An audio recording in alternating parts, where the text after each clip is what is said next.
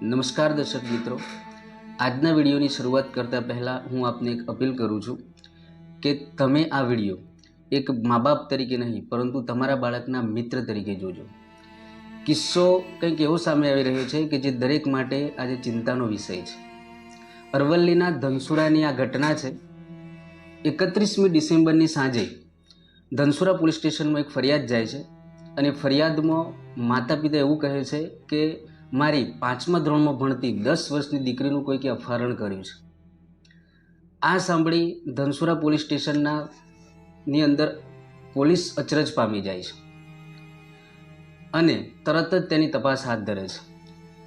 પોલીસને તપાસ હાથ ધરતો ગણતરીના કલાકમાં જ જાણવા મળે છે કે આ જે માતા પિતા છે તેમના ઘરે 2 દીકરીઓ છે, એક મોટી છે અને એક નાની છે. એમાં માતા પિતા બંને અભણ છે અને તેમના ઘરમાં જે મોબાઈલ છે એ મોબાઈલ દ્વારા બંને દીકરીઓને 7 ઇન્સ્ટાગ્રામ એકાઉન્ટ ચાલે છે. તેમાંથી 5 એકાઉન્ટ ડીએક્ટિવેટ છે અને 2 એકાઉન્ટ એક્ટિવેટ છે. એમાંથી જે આ નાની દીકરી છે, ધોરણ 5માં ભણે છે, 10 વર્ષની છે, જે 16 વર્ષના છોકરાના પ્રેમમાં પડે છે અને એ છોકરાની સાથે ભાગી જાય છે. હવે તેનું નામ બધાએ અપહરણનું આપી દીધું. તો મિત્રો, આજે મોબાઈલ એક અગત્યનું માધ્યમ છે, પણ મોબાઈલ દ્વારા દરેકનું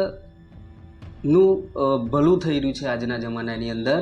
પરંતુ આ જે કિસ્સો એવો છે કે મોબાઈલથી એક 5 વર્ષની દીકરી પ્રેમમાં પડે છે અને જે છોકરાના પ્રેમમાં પડે છે તે છોકરાનું આજે જીવન જોખમમાં છે. તેના પર રેપનો કેસ થઈ રહ્યો છે.